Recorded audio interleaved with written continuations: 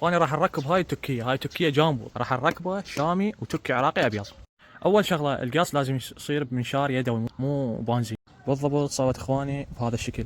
بعدها كالمعتاد نسوي فتحه بين اللحاء وبين الخشب بالضبط بهاي الطريقه. بعدها ندخل هاي الاداه على مود نسوي فتحه بين القشر والخشب.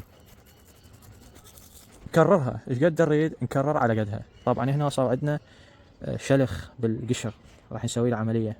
كملنا هاي الجهه راح نجي على هاي الجهه ايضا نقص قص عامودي وراح نستخدم هاي الاداه على مود تسوي عندنا فتحه او فراغ بين القشر والخشب.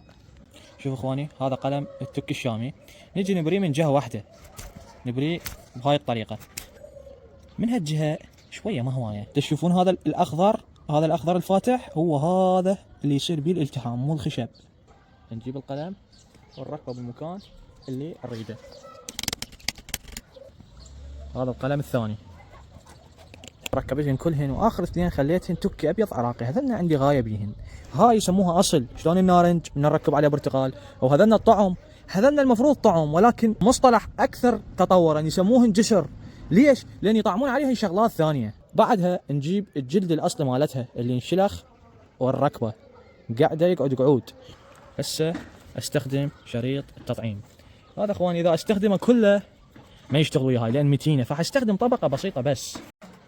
بعدها نستخدم التشوب، يعني التشوب يصير قوي فينفع نستخدمه ويا احجام ضخمه مثل هاي الشجره. بعدها نشده شده زينه. بعدها راح استخدم طين. هذا الطين يمنع التعفن اخواني، يسوي طبقه فاصله وحاجزه بين المكان المقصوص وبين الهواء اللي بابواق الفطريات. بعدها نخلي الكيس على مود يحتفظ بالرطوبه ونشده. وهاي هي النتيجه، وان شاء الله انزل لكم النتيجه بعد ما ينجح التركيب. وهذا الكتف اللي قصيناه اخواني، لاحظوا نوع الثمار شلون رديئه وناعمه. وطبعا انتم لو ضايقيها تقولون حقك من ركبتها، ما بيها لا حموضه ولا حلا. ركبتها باصناف يعني من هاي الجيده.